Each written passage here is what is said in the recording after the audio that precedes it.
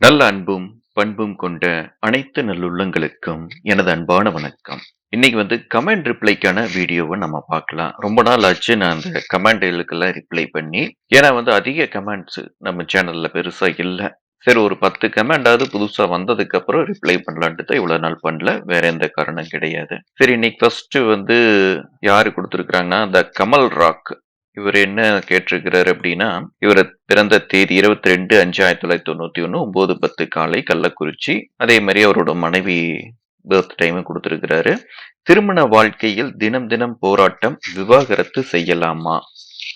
பொதுவாகவே திருமணம் வாழ்க்கை எல்லாத்துக்குமே போராட்டம் தான். இவருக்கு மட்டும் கிடையாது. சரி அப்படி என்ன ரொம்ப சொல்ற அளவுக்கு வெளிய சொல்ற அளவுக்கு போராட்டம் அப்படிங்கிறத நம்ம ஒரு ஜாதகத்தை பார்ப்போம். இப்ப அந்த ராஜ்கமல் அவர் கொடுத்த பிறந்த தேதிக்கு அவருடைய ஜாதகத்தை பார்த்தோம் அப்படின்னா, அவரது சிம்ம ராசி பூர நட்சத்திரம். லக்னம் மிதுன லக்னம். இப்போ அவருக்கு நடந்துட்டு இருக்கிற தசாபுக்தி என்னன்னு பார்த்தோம்னா, அவருக்கு செவ்வாய் தசை முடிஞ்சு ராகு தசை தான் நடக்குது. ராகு தசையில குரு புக்தி நடந்துகிட்டு இருக்குது. இப்ப ராகு இவருக்கு 7ஆம் வீட்லயே நிக்குது. பொதுவாகவே இந்த ராகு நின்ன இடங்களை கொஞ்சம் பாதிப்புகளை கண்டிப்பாக பண்ணும். நின்ன இடங்களை பாதிப்பை பண்ணித்தான் பலன்களை செய்யும்.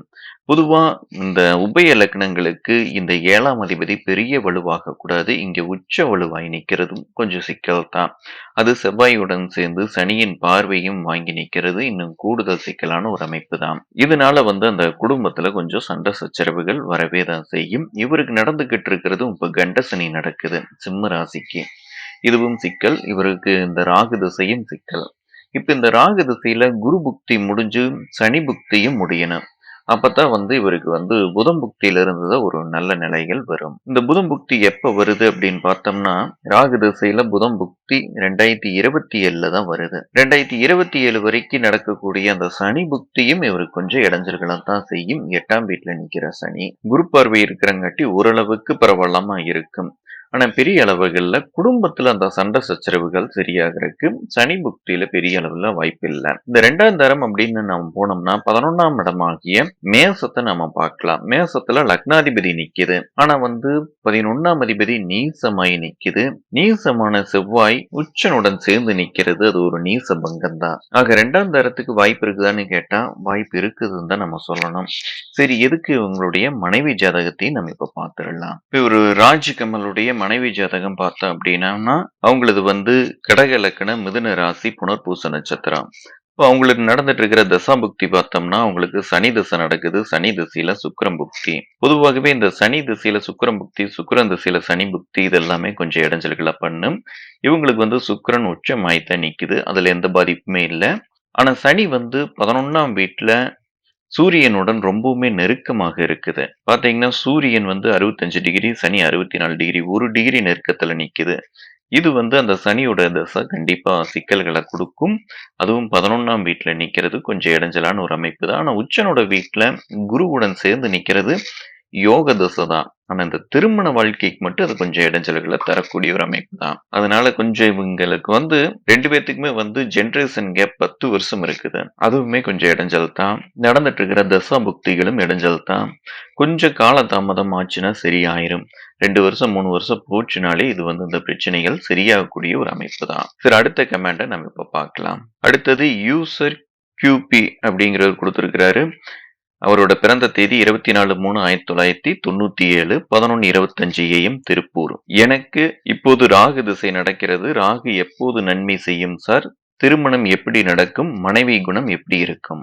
சரி இவருடைய ஜாதகம் எப்படி இருக்குங்கிறத நம்ம இப்ப பார்க்கலாம். இந்த யூசர் அப்படின்னு சொல்லி கொடுத்தவருடைய ஜாதகம் பார்த்தோம்னா, இவரது கன்னி ராசி ஹஸ்த நட்சத்திர ரிஷப லக்னம். இவருக்கு நடந்துட்டு இருக்கிற தசாபுக்தி என்னன்னு பார்த்தோம்னா, ராகு திசை தான் நடக்குது அவர் சொன்ன மாதிரி. ராகு திசையில புதன் புக்தி நடக்குது. இந்த ராகு திசை எப்படி இருக்குன்னு கேட்டிருக்கிறாரு. திருமண வாழ்க்கை எப்படி இருக்கும்? திருமணம் எப்போது நடக்குன்னு கேட்டிருக்கிறாரு. திருமணம் எப்போது நடக்கும் அப்படின்னு கேட்டா அது ராகு திசையில சுக்கிரம் புக்தி வரும்போது நடக்கும். சுக்கிரம் புக்தி இவருக்கு 2025 ஜூலைல தான் சுக்கிரம் புக்தி தொடங்குது. அந்த டைம்ல தான் இவருக்கு திருமணமானது நடக்கும். ஆனா ராகு திசை இவருக்கு எப்படி இருக்கு அப்படின்னு கேட்டா, ராகு வந்து 5ஆம் வீட்ல நிக்குது. வீடு குடுத்த புதன் வந்து நீசம் தான். ஆனா நீச பங்கம். நீச பங்கம் எப்படின்னு கேட்டோம்னா, இந்த சனி, குரு பரிவர்த்தனையில கிடையாது. சுக்கிரனோட சேர்ந்ததுனால புதன் வந்து நீச பங்கத்துல இருக்குது. அதே சமயம் இவர் வந்து பௌர்ணமிக்கு பக்கத்துல பௌர்ணமிக்கு அடுத்த நாள் பிறந்திருக்கிறாரு. இது வந்து சந்திர அதியோக அமைப்பிலையும் இருக்குது. அதே சமயம் கிரகண அமைப்பிலையும் இருக்குது. அதாவது வந்து சந்திர கிரகணம் முடிஞ்ச ஒரு 2வது நாள் தான் இவர் பிறந்திருக்கிறாரு. சந்திர கிரகணத்தை நெருங்கி பிறந்திருக்கிறாரு. இருந்தாலும் ஜோதிட ரீதியா இதை கிரகணமாகத்தான் நம்ம பார்க்க முடியும். ஆனா குரு பார்வை அந்த சந்திரனுக்கு இருக்கிறது ஒரு பலம்தான். அதே சமயம் குரு வந்து இங்க நீசம் ஆயிருக்குது. அப்போ வந்து அந்த பலவீனமானது பெரிய அளவுல பலம் ஆகல அப்படின்னு தான் நம்ம சொல்லணும். இந்த ராகு திசை இவருக்கு எல்லாம் கலந்த பலம் தான் கண்டிப்பாக தரும். ஏன்னா ராகு எல்லா கிரகங்களுடன் தொடர்புல தான் இருக்குது. செவ்வாய் சந்திரனோட சேர்ந்து நிக்குது. அதுக்கு நேர் 7ஆம் வீட்ல வந்து சனி, சூரியன், புதன், சுக்கிரன் எல்லாமே இருக்குது. குருவோட பார்வையிலையும் இருக்குது. ஆக எல்லா கிரகத்தினுடைய பலனையும் இந்த ராகு திசையில இவர் அனுபவிப்பாரு. இதுதான் ராகு திசைக்கான பலன். 11ஆம் வீட்ல நிக்கிற புதனோட புக்தி வந்து நல்லா இருக்கு. ராகு திசையில புதன் புக்தி நடக்குது. இந்த புதன் புக்தி கண்டிப்பா நல்லா தான் இருக்கு. மோசங்கள் கண்டிப்பாக இருக்காது. கேது புக்தியும் நல்லா இருக்கு. கேது முடிஞ்சு சுக்கிரனோட புக்தி ரொம்பவே நல்லா இருக்கு.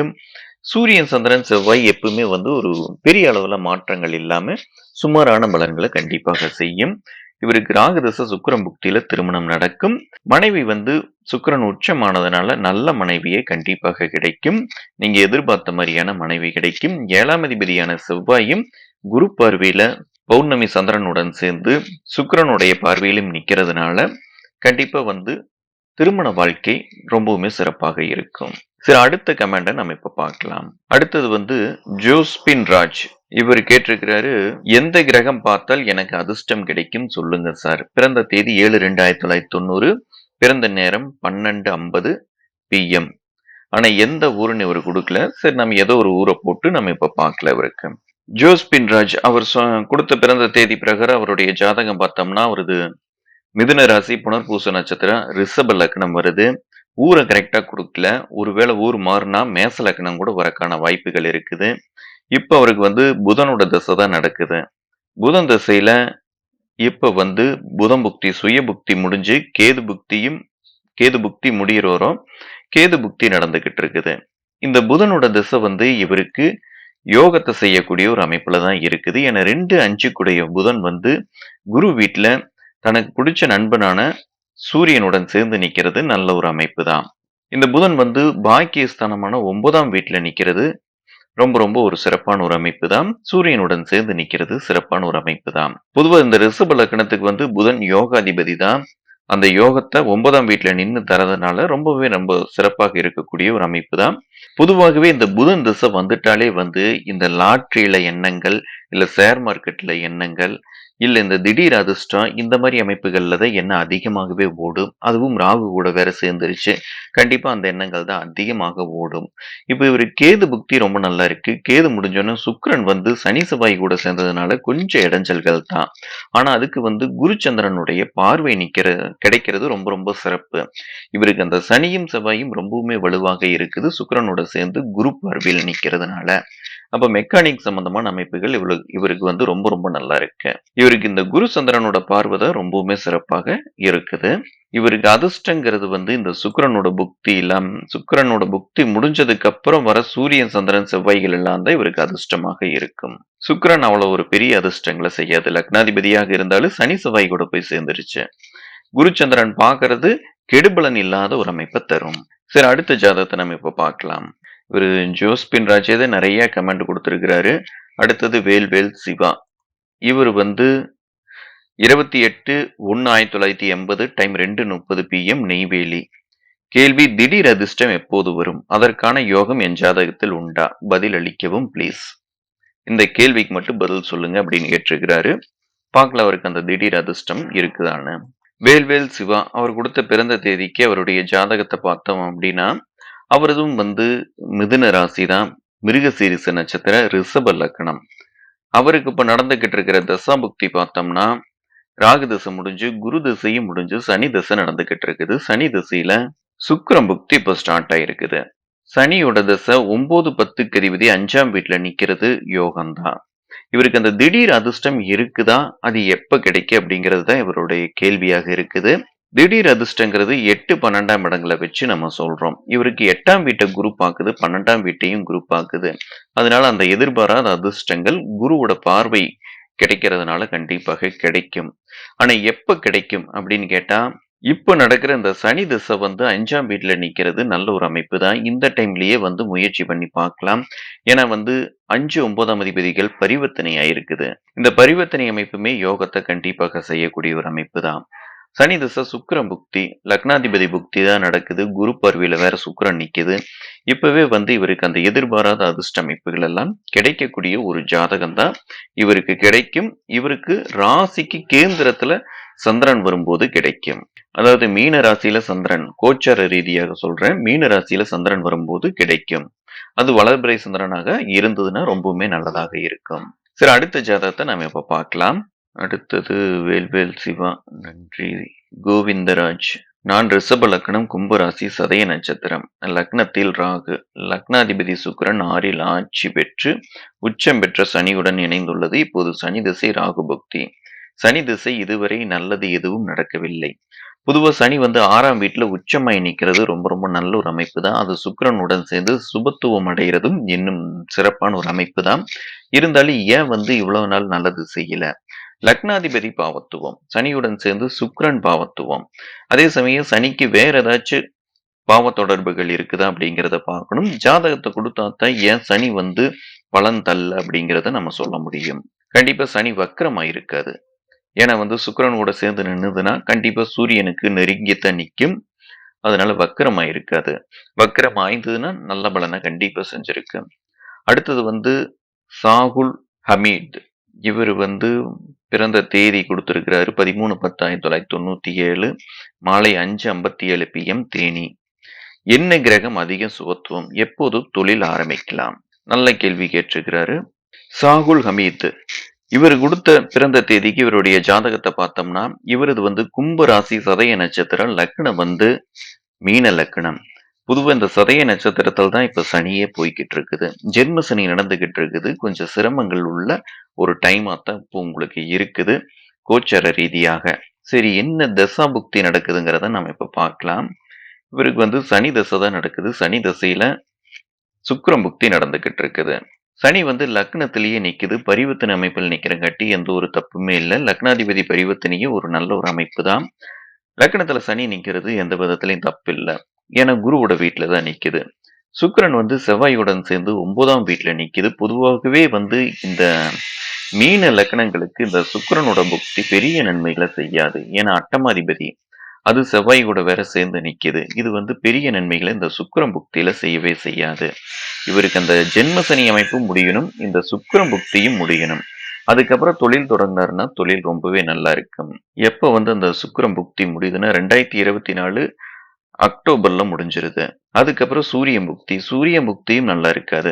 இப்ப 2025 ஜூலைக்கு அப்புறம் தான் வந்து சந்திரனோட புக்தியில தான் இவரு தொழில் தொடங்கலாம். அந்த சந்திரனுமே வந்து வளர்பிறை சந்திரன் தான். சனிக்கு சந்திரனுக்கு ஆகாதாக இருந்தாலும் சந்திரனோட புக்தியில இவர் தொழில் தொடங்குறது ரொம்பவுமே நல்லா இருக்கு. இவருக்கு வந்து ஸ்தான பலம் பெற்ற புதன் தான் அதிக சுபத்துவமான ஒரு கிரகம். சனி பார்வை வாங்கியிருந்தாலும் கூட தன்னுடைய அதி நண்பரான சூரியனுடன் சேர்ந்து குரு பார்வையில நிக்கிறதுனால இந்த புதன் சார்ந்த தொழில் அமைப்புகள் தான் ரொம்பவே நல்லா இருக்கும். அதே சமயம் ராசிக்கு 10ல பாத்தீங்கன்னா செவ்வாயும் ஆட்சி பலம் பெற்று சுக்கிரனோட சேர்ந்து நிக்குது. அப்ப செவ்வாயும் வலுவான ஒரு அமைப்புல தான் நிக்குது. ராசிக்கு 10ல நிக்குது. அப்ப செவ்வாயுடைய தொழில் அமைப்புகள் இன்னும் கூடுதல் சிறப்பாக இருக்கும். செவ்வாய் சார்ந்த தொழில்னா வெல்டிங் சம்பந்தமானது, மெக்கானிக்கல் சம்பந்தமானது, மோட்டார் சம்பந்தமானது, இல்ல கட்டட கட்டுமான சம்பந்தமானது, விளையாட்டு சம்பந்தமானது, காவல்துறை, இந்த மாதிரி அமைப்புகள் எல்லாமே நல்லா இருக்கும். செவ்வாய் சார்ந்த அமைப்புகள் ரொம்பவே நல்லா இருக்கு. செவ்வாய் தான் அதிக சுபத்துவம். செவ்வாய் சார்ந்த தொழில் மோட்டார் சார்ந்தது, மெக்கானிக்கல் சார்ந்த தொழில் அமைப்புகள் ரொம்பவே இவருக்கு நல்லா இருக்கு. தொழில் தொடங்குறதுக்கு வந்து இவருக்கு 7.5 சனி முழுசா முடியணும். சனி திசை சந்திரன் புக்தியில தொழில் தொடங்கலாம். ரொம்பவே நல்லா இருக்கும். சரி, அடுத்த கமாண்ட் யார் பண்ணிக்கிறாங்கன்னு பார்க்கலாம். சாகுல் ஹமீது. கண்டிப்பா நீங்க தொழில் தொடங்கல. ஒரு 2-2.5 வருஷத்துக்கு வெயிட் பண்ணுங்க. அதுக்கப்புறம் தொடங்கினா ரொம்பவே நல்லா இருக்கு. இல்ல இப்பவே தொடங்குவீங்க அப்படின்னா எந்த பெரிய இன்வெஸ்ட்மெண்ட்டும் இல்லாம தொடங்குறதுனா தொடங்குங்க, தப்பு இல்லை. சிபி மாரியம்மன். இவர் பிறந்த தேதி 1/2/1981, பிறந்த நேரம் 9:45, பிறந்த ஊர் நாமக்கல். எனக்கு லாட்டரி அதிர்ஷ்டம் எப்போது கிடைக்கும்? கொஞ்சம் பலன் சொல்லுங்க சார் ப்ளீஸ். 9:45 பகல் இங்க குடுத்திருக்கிறாரு. சரி பார்க்கலாம் இவருக்கு வந்து அந்த லாட்டரி அமைப்புகள் இருக்குதான்னு. சிபி மாரியம்மன் குடுத்த பிறந்த தேதிக்கு ஜாதகம் பார்த்தோம்னா, அவரது வந்து தனுசு ராசி, மூல நட்சத்திரம், லக்னம் வந்து கன்னி லக்னம். அவருக்கு எப்ப லாட்டரி அமைப்புகள் இருக்குதான்னு தான் கேட்டிருக்கிறாரு. திடீர் அதிர்ஷ்டம். திடீர் அதிர்ஷ்டத்துக்கு 8, 12 தான். 8ஆம் அதிபதி செவ்வாய் 6ஆம் வீட்ல நிக்குது. 12ஆம் வீட்டை செவ்வாய் தொடர்பு கொள்ளுது. 12ஆம் அதிபதி சூரியன் 5ஆம் வீட்ல சுக்கிரனுடன் சேர்ந்து குரு பார்வையில நிக்குது. சூரியன் அதிக வலுவாக இருக்குது இவருடைய ஜாதகத்துல. அதாவது கரண்ட் சம்பந்தமான எலக்ட்ரிக்கல், எலக்ட்ரானிக் தொழில் அமைப்புகள் வேணா இவருக்கு ரொம்ப நல்லா இருக்கும். அதுதான் செய்வாருன்னு நினைக்கிறேன் அநேகமா. இல்லைன்னா மெக்கானிக்கல் சம்பந்தமான அமைப்புகள் நல்லா இருக்கு. சனி வலுவா இருக்கிறதுனால. இவருக்கு நடந்துட்டு இருக்கிற தசா புக்தி பார்த்தோம்னா செவ்வாய் தசை நடந்துகிட்டு இருக்குது. செவ்வாய் தசையில இப்ப வந்து கேது புக்தி ஓடிக்கிட்டு இருக்குது. பொதுவாகவே இந்த கன்னி லக்னத்துக்கு செவ்வாயுடைய தசா புக்திகள் அப்படி ஒன்றும் பெரிய நல்லதா செய்யாது. 8ஆம் அதிபதி 6ல போய் நிக்குது. அது லக்னாதிபதியுடன் சேர்ந்து. இது வந்து கண்டிப்பா உடல் ரீதியான பாதிப்புகளை கொடுக்கும். இல்லைன்னா கடன் அதிகமா கொடுத்துரும். சில சமயம் வம்பு வழக்குகளே ஏதோ ஒரு இடத்துல வந்துரும். ஒரு மோசமான ஒரு காலகட்டம் தான் கொஞ்சம் ஓடிக்கிட்டு இருக்குது. ஒரு 2, 3 வருஷமாகவே. அதனால வந்து இப்போ அந்த திடீர் அதிர்ஷ்டத்துக்கெல்லாம் போகவே வேண்டாம். 8ஆம் அதிபதி 6ல் நின்னதுன்னா திடீர் விபத்துகள் தான் ஏற்படும். திடீர் நஷ்டங்கள் தான் ஏற்படும். அதிர்ஷ்டங்கிறது இந்த செவ்வாய் புக்தியில வரவே வராது. அதிர்ஷ்டங்கிறது உங்க ஜாதகத்துல பெரிய அமைப்புகள்ல இல்ல. எலக்ட்ரிக்கல், எலக்ட்ரானிக், கரண்ட் சார்ந்தது, ஜேசிபி, கனரக இயந்திரம், லாரி, பஸ் இந்த மாதிரி அமைப்புகள் எல்லாம் கொஞ்சம் கை கொடுக்கும். அதுல தொழிலாக இருந்ததுன்னா ரொம்பவுமே சிறப்பாக இருக்கும். மற்றபடி அதிர்ஷ்டம் எல்லாம் உங்களுக்கு பெரிய அளவுல செட் ஆகாது. சரி, அடுத்த ஜாதகத்தை நம்ம இப்ப பார்க்கலாம். அடுத்தது வந்து யாரு கேட்டிருக்கிறாங்கன்னா ராமபிரான் செல்வி. கடக லக்னம், கடக ராசி, விருச்சிகத்தில் சனி புதன் உள்ளது. கன்னியில் செவ்வாய் உள்ளது. புதன் செவ்வாய் பரிவர்த்தனையில் உள்ளது. என்ன பலன் சார்?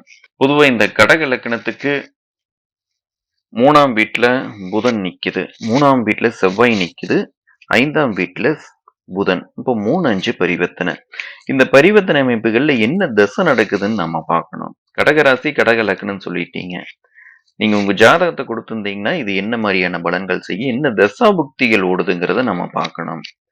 கண்டிப்பா வந்து நீங்க ஆயிலி நட்சத்திரத்துல பிறந்திருந்தீங்கன்னா புதன் தசை முன்னாடியே முடிஞ்சிருக்கும் சின்ன வயசுலயே. செவ்வாய் தசை வராமலும் கூட போகலாம். நீங்க ஒருவேளை வந்து இந்த பூச நட்சத்திரத்திலேயோ புனர்பூச நட்சத்திரத்திலேயோ பிறந்திருந்தா.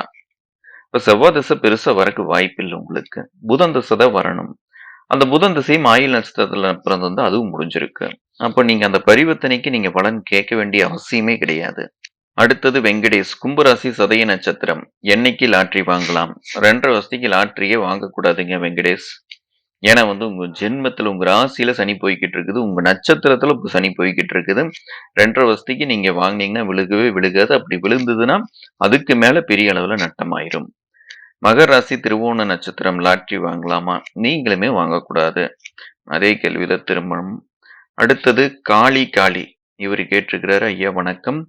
ராசி துலா ராசி, நட்சத்திர விசாக நட்சத்திரம், 3ஆம் பாதம், லக்னம் கடகம், 25/10/1995. சினிமா துறையில் வாய்ப்பு இருக்கா ஐயா? சொந்த வீடு, லாட்டரி யோகம், அதிர்ஷ்டகின், வாழ்க்கையே சரியில்லை, எப்படி இருக்கும் ஐயா? நேரம் 12:45 AM, வியாழக்கிழமை, இடம் மதுரை. 12:45 AM நடு ராத்திரியில பிறந்திருக்கிறீங்க. அப்ப வந்து நம்ம 26ஆம் தேதி தான் போடணும். பார்க்கல, நட்சத்திரத்தை கொடுத்துட்டீங்க, லக்னத்தையும் கொடுத்துட்டீங்க. அதனால கரெக்டான டைம் நம்ம எடுத்துடலாம். இவர் காளி கொடுத்த பிறந்த தேதி பார்த்தோம்னா 25/10 சொல்லியிருந்தாரு. நான் 26/10 போட்டிருந்தேன். ஏன்னா வந்து நைட்டு 12 மணிக்கு மேல நம்ம சாஃப்ட்வேர்ல அடுத்த நாள் தான் போடணும். ஆனா இவர் சொன்ன மாதிரி அந்த கடக லக்னம் தான், விசாக நட்சத்திரம், 3ஆம் பாதம் தான். இப்ப இவருக்கு நடந்துட்டு இருக்கிற தசை என்ன அப்படின்னு நம்ம பார்த்தோம்னா, சனி தசை முடிஞ்சது, புதன் தசை தொடங்கி இருக்குது. புதன் திசையில சுக்கிரனோட புக்தி நடந்துகிட்டு இருக்குது. இவருக்கு வந்து இந்த சனி தசை வந்து பெருசா நன்மைகளை செஞ்சிருக்காது. ஏன்னா 8ஆம் வீட்டுல போய் செவ்வாயுடைய பார்வை வாங்கி நின்னதுனால சனி தசை முழுக்குமே வந்து சிரமங்களைத்தான் கொடுத்திருக்கும். அதே மாதிரி குரு திசையும் அப்படி ஒன்றும் பெரிய நன்மைகளை செஞ்சிருக்காது. செவ்வாய் கூட சேர்ந்து சனி பார்வை. இப்ப நடந்துட்டு இருக்கிற இந்த புதன் திசை யோக திசை 3ஆம் வீட்டுல ஆட்சி உச்சம் பெற்று நிக்குது. இந்த திசை இவருக்கு ரொம்பவே நல்லா இருக்கும். புதன் சார்ந்த துறையான சினிமா துறையில கண்டிப்பா போக முடியும். எழுத்து நிறைய எழுதுவாரு. எழுதுறதுல இவர் ரொம்பவுமே சிறந்து விளங்கக்கூடிய ஒரு அமைப்பு தான். கதை எழுதுறது, வசனங்கள் எழுதுறது, இதில எல்லாத்துலயும் நீங்க முயற்சி பண்ணுங்க. ரொம்பவே நல்லா இருக்கும். நடிப்ப விட எழுத்து தான் ரொம்ப நல்லா இருக்கும். இயக்கம் நல்லா இருக்கும். புதன் சார்ந்த அமைப்புகள், எழுத்து இதுதான் ரொம்ப ரொம்ப நல்லா இருக்கும். கதை வசனங்கள், புஸ்தகம் எழுதுறது இதெல்லாமே இவருக்கு ரொம்பவுமே சிறப்பாக இருக்கும். புதன் திசை இவருக்கு யோக திசை தான். புதன் திசையில இப்ப நடந்துகிட்டு இருக்கிறது வந்து சுக்கிரனோட புக்தி. சுக்கிரன் 4ஆம் வீட்ல ஆட்சி பெற்று தான் நிக்குது. சுக்கிரனோட தசா புக்தி நல்லா இருக்கு. இந்த சுக்கிரனோட புக்தியில நிலம் கண்டிப்பா வாங்குவீங்க, வண்டி வாகனங்கள் வாங்குவீங்க, வீடு கட்டுற அமைப்புகள் எல்லாமே இந்த சுக்கிரன் கண்டிப்பாக தரும். புதன் திசை யோக திசை தான்.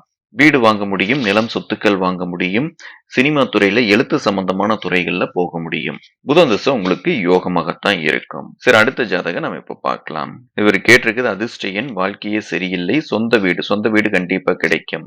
லாட்டரி யோகம் எல்லாம் புதனோட தசை நடந்தாலே இந்த திடீர்னு ஏதோ ஒன்று யோசனை தான் போகும். திடீர்னு சம்பாதிக்கிறது, குறுக்கு வழி இதுக்குள்ளதான் போகும். லாட்டரி, ஷேர் மார்க்கெட்டு இதுக்குள்ளதான் போகும். இதுல எப்பாவது கண்டிப்பா விழுகும். ஏன்னா புதன் யோகமா இருக்கிறங்காட்டி ஏதோ சின்ன சின்ன அமைப்புகள் விழுகும். ஆனா அதுலயே இருந்துடக்கூடாது. உங்களுக்கு அந்த எழுத்து சம்பந்தமான அமைப்புகள் ரொம்ப நல்லா இருக்கு. கதை எழுதுங்க, கண்டிப்பா நல்லபடியா வருவீங்க. ஜோஸ்பின் ராஜா இவருக்கு வந்து நம்ம பலன் சொல்லியாச்சு. கிரீஸ் லாட்டரி டிக்கெட் வாங்க எப்பவும் தூண்டிக்கிட்டே இருக்குது அமைப்பு.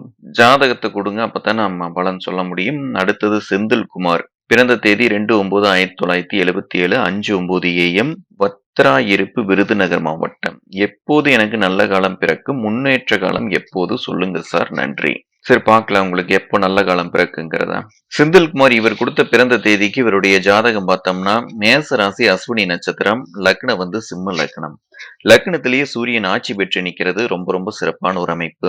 என்ன ஒரு கஷ்டங்கள் வந்தாலும் அதை ஏத்துக்கூடிய தாங்கிக்கூடிய ஒரு அமைப்புள்ள ஒரு ஜாதகம் தான். லக்னத்துல சூரியன் ஆட்சி பெற்று நிக்கிறதுனால அரசு சார்ந்த தொழில் வேலை அமைப்புகள் எல்லாமே ஒரு கொஞ்சம் நல்லா இருக்கும். செவ்வாயும் வலுவாக நிக்கிறது இன்னும் கூடுதல் சிறப்பு. செவ்வாய் சார்ந்த காவல்துறை சம்பந்தமான அமைப்புகள் எல்லாமே கொஞ்சம் நல்லா இருக்கக்கூடிய ஒரு அமைப்பு தான். ஆனா இந்த செவ்வாய் திசைக்கு முன்னாடி சூரியன் சந்திரன் திசைகள் எல்லாமே ஒன்றும் பெரிய மோசங்கள் இல்லை. சுக்கிரனோட திசை வேணா சனியோட சேர்ந்து நின்னங்காட்டி பெரிய அளவுல நன்மைகளை செஞ்சிருக்காது. ஆனா சூரியன் திசையில இருந்து ஒரு 16 வருஷமா மோசம் இல்லாத ஒரு தசா புக்திகள் தான் ஓடிக்கிட்டு இருக்குது. பெரிய அளவுல கஷ்டங்கள் இல்ல, வரக்கூடிய கஷ்டங்கள் சமாளிக்கக்கூடிய அளவுல தான் இருந்திருக்குது. இப்ப செவ்வாய் திசையில சந்திரன் புக்தியும் நல்லா தான் இருக்கும். இதுக்கப்புறம் வர ராகு திசை 2ஆம் வீட்டுல நின்று ராகு திசை நடக்குது. இந்த ராகு திசை நீங்க கொஞ்சம் கவனமாகத்தான் இருக்கணும். ஏன்னா சனி பார்வையும் இருக்குது, செவ்வாய் பார்வையும் இருக்குது, குடும்பஸ்தானமான 2ஆம் வீட்டுல நிக்குது. இது கொஞ்சம் சிரமங்களை இந்த ராகு கண்டிப்பாக தரும். இந்த செவ்வாய் திசை சந்திரன் புக்தியே நீங்க கொஞ்சம் கவனமாகத்தான் இருந்துக்கணும். பெரிய அளவுல எதிர்பார்ப்புகளோட ஏதாவது தொழில் தொடங்குறது இதெல்லாம் பண்ணிடாதீங்க. ராகு திசை உங்களுக்கு சிக்க வைக்க பார்க்கும். இருக்கிறத மட்டும் வச்சு அப்படியே மெயின்டைன் பண்ணி கொஞ்சம் பாதி காலம் போயிடுச்சுனாலும் கூட இந்த ராகு திசையில மீதி காலம் நல்லா இருக்கும். ஆக இதுவரைக்கும் செந்தில்குமாருக்கு அப்படி ஒன்றும் பெரிய கஷ்டங்கள் கிடையாது. இனிமேல் ராகு திசையில பெரிய அளவுல கஷ்டங்கள் இருக்காது. இருந்தாலும் கவனமாக இருந்துக்கிறது ரொம்ப ரொம்ப நல்லது. சரி, இப்ப கமெண்ட் ரிப்ளைல எல்லாத்துடைய கமெண்டையும் நம்ம கிட்டத்தட்ட பார்த்தாச்சுன்னு நினைக்கிறேன். இதுக்கப்புறம் வந்து சிபி மாரியம்மன் இதெல்லாமே பதில் சொல்லியாச்சு. இவருக்கும் பதில் சொல்லியாச்சு. ஏழுமலைகள போன கமெண்ட் ரிப்ளைலயே வீடியோவுக்கு பதில் சொல்லியாச்சு. மறுபடியும் வந்து நம்ம அடுத்த கமெண்ட் ரிப்ளைல சந்திப்போம். இந்த வீடியோ உங்களுக்கு பிடிச்சிருந்துச்சுன்னா லைக் பண்ணுங்க. பிளானட் டாக்கீஸ் சேனலை சப்ஸ்கிரைப் பண்ணுங்க. நன்றி, வணக்கம்.